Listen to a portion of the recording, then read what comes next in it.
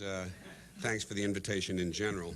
I can assure you I am properly nervous, not because of simply my esteemed audience, but because this is a setting I'm not completely familiar with, and as we all know, anything new is to be feared and dreaded. And just to relieve you of any outstanding anxieties, I can assure you that I'm not here to advance any political, social, or environmental cause. I am, in fact, blessedly agenda-free. I don't want to save the river, I don't want to save the bay, I don't want to save the canyon, the whale, the wetlands, the rainforest, or the flying spotted dwarf something or other. I don't want to save the children above all, frankly. Frankly, I don't care about many of those things, and between you and me, those battles were lost a long time ago. I'm not interested in freeing someone, boycotting something, or preventing anything. I am interested in keeping my lunch inside my mouth if I can. And I don't want to make something optional. I refuse to wear ribbons of any color. You might say I'm just here to help define deviancy down. To be honest, there aren't many things I do believe in, but high among them would be friendship, family ties, and romantic love. I think those things can take you a long way. For the record, the only worthy cause I have devoted time to is a little-known place that does wonderful work, St. Anthony's Home for the Visually Unpleasant.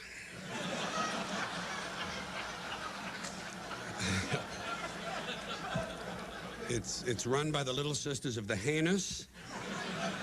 And in fact, they operate a number of facilities: the Rochester Home for the Permanently Disheveled, the New England Haven for the Occasionally Coherent, and the Catholic Shelter for those who up until a year ago seemed to be doing just fine. Now, there is one more member of my family whose press connections I must tell you about, and this is the good one: my Aunt Aggie. This is the connection that gave me standing in the neighborhood, made me a big man on the playground. My Aunt Aggie also worked for the Hearst Corporation, but she worked for Puck the Comic Weekly, the publication that produced the Sunday Funnies every week. Like I said, tenuous stuff. But here's the great thing about Aggie's job. Not only did she bring home the funnies every week, she brought them home 4 weeks early. Are you hearing this? Every week, I had the Sunday Funnies a month before the other kids. And I guess you can realize the power this gave me in the schoolyard.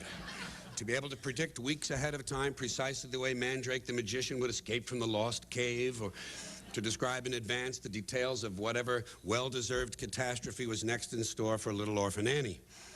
Doesn't sound like much today, but in the days before television, and when you're 8 years old, it was power beyond belief.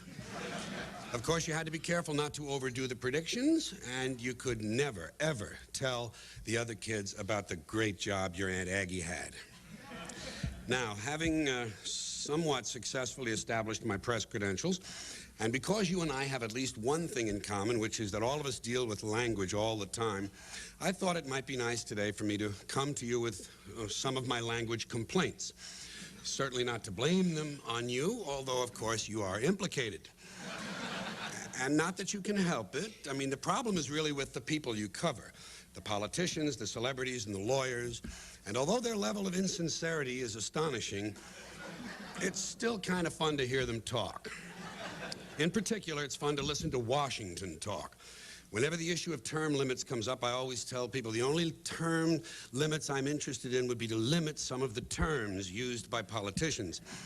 They speak, of course, with great caution, because they must take care not to actually say anything. Proof of this, according to their own words, is that they don't actually say things, they indicate them. As I indicated yesterday, and as the president indicated to me, but sometimes they don't indicate, they suggest. Let me suggest that, as I indicated yesterday, I haven't determined that yet. See, they don't decide, they determine. If it's a really serious matter, they make a judgment. I haven't made a judgment on that yet. When the hearings are concluded, I will make a judgment, or I might make an assessment. I'm not sure. I haven't determined that yet. But when I do, I will advise you. They don't tell, they advise. I advised him that I had made a judgment. Thus far, he hasn't responded. They don't answer, they respond. He hasn't responded to my initiative. An initiative is an idea that isn't going anywhere. When he responds to my initiative, I will review his response, take a position, and make a recommendation. See, they don't read, they review. They don't have opinions, they take positions, and they don't give advice, they make recommendations. And so, at long last, after each has responded to the other's initiatives, and each has reviewed the other's responses, and everyone has taken a position, made a judgment, and offered a recommendation, now they have to do something. But that would be much too direct. So instead, they address the problem. We're addressing the problem, and we'll soon be proceeding. That's a big activity here in Washington. Proceeding. They're always proceeding or moving forward. A lot of that goes on. Senator, have you solved that problem? Well, we're moving forward on that. And when they're not moving forward, they're moving something else forward, such as the process. We have to move the process forward so we can implement the provisions of the initiative in order to meet these challenges. No one has problems anymore, challenges. That's why we need people who can make the tough decisions. Tough decisions like how much soft money can I expect to collect in exchange for my core values?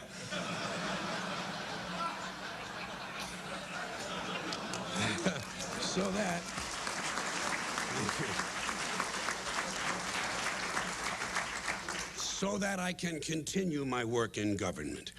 Of course, no politician would admit to such a lowly station as working in government, serving the nation. I'm serving the nation. Another favorite distortion is public service. I'm in public service. I like America, don't you? The food is great, but the public service is terrible. Now, folks, a question for you. Do you think it's possible that one of these politicians, whose judgment is so poor that he honestly thinks of himself as serving the nation, might occasionally be expected to indulge in a little patriotism? Huh? What do you think? Well, of course, not only is it possible, it's inevitable, and that's when he's at his very best. That's when he trots out the really good stuff all across this great land of ours. The greatest nation on earth, the greatest nation in the history of the world. And in times of military crisis, you can be sure that someone in a suit in this town will eventually plant himself in front of a camera and carry on a great deal about the most powerful nation on the face of the earth. Now, normally, during peacetime, the politicians will refer to people in the military as our young men and women stationed around the world. But in wartime, they quickly become our brave young fighting men and women stationed halfway around the world in places whose names they can't pronounce, wondering if they'll ever see their loved ones again. For added emotional impact, sons and daughters can always be substituted for men and women. And so I think we can sum this up by saying that where the military is concerned, the extent of a politician's insincerity can be measured by how far around the world our soldiers are stationed and whether or not any of them can pronounce it. Incidentally, another way of expressing this sentiment is to say we're sending our young men and women to places the average American can't find on a map.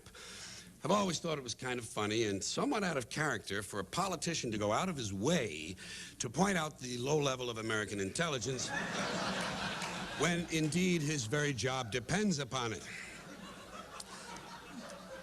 It would seem to fly in the face of that other rhetorical standby of theirs. The American people are a lot smarter than they're given credit for. This is said with a straight face, although it is obvious, of course, that the proposition is being stated precisely backwards. But the politicians, God bless them, or something like that, they're at their most entertaining when they're in trouble. When they're in trouble, their explanations usually begin simply with words like miscommunication. What did you do wrong, Senator? Well, it was a miscommunication. Or I was quoted out of context. Better yet, and more ironic, they twisted my words. Such a nice touch. A person who routinely spends his days torturing the language complains, they twisted my words. Then, as the controversy continues to heat up, he moves to his next level of complaint. The whole thing has been blown out of proportion. It's always the whole thing. Apparently, no one has ever claimed that only a small portion of something was blown out of proportion. Has to be the whole thing. That's because now he's feeling the heat. And so, as time passes and more evidence comes in, he suddenly changes directions and tells us We're trying to get to the bottom of this. Now he's on the side of law and order. It's jiu-jitsu, really. We're trying to get to the bottom of this so we can get the facts out to the American people. That's always a nice touch, American people. In fact, at this point, he might even say, I'm willing to trust in the fairness of the American people. Clearly, he's preparing us for something.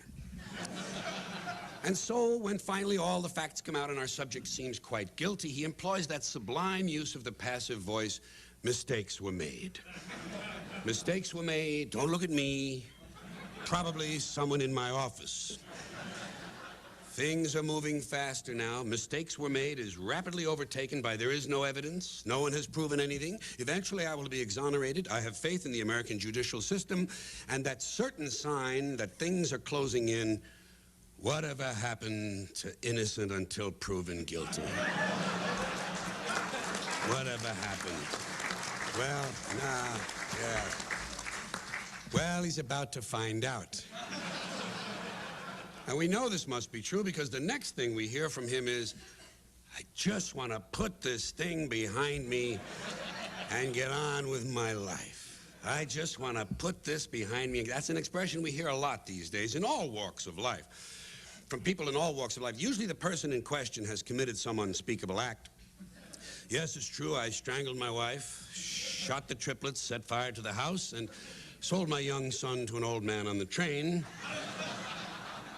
But now, I just want to put this thing behind me. Get on with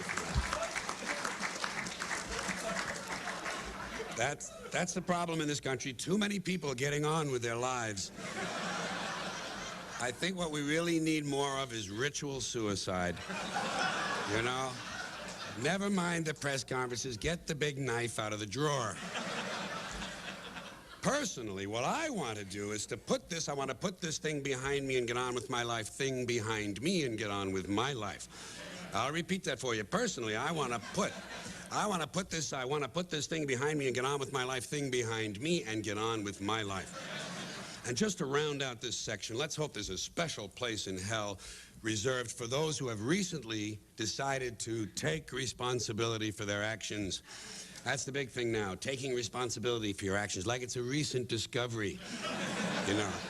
He's taking responsibility for his actions. Well, isn't that wonderful? Ask him if he's willing to take responsibility for my actions, along with my alimony, my car payments, and my gambling debts. We cigar smokers were deeply offended by your remarks about us on HBO. Will you now apologize? I once criticized Don Rickles for apologizing at the end of his act by saying, well, I didn't really mean any of that. No, I wouldn't apologize. I think it's nice that smokers are being, not cigar smokers in particular, but that smokers in general will be given these little pens, these little glass rooms in airports. It's really interesting to look at the body language. Smokers outside of a building during working hours, very interesting to watch. It's a furtive look. It's a kind of shame. There's a sort of petty criminal kind of body behavior. And what I always do is I meet people individually whom I've castigated as a group. I always just tell them, well, I'll give you special dispensation, because I honestly love and enjoy people one by one. And I see the universe in their eyes. When I look at each person, I can see something that I've never seen before. It's when they begin to clot into groups that I begin to take offense. So that was for cigar smokers in general, not one by one.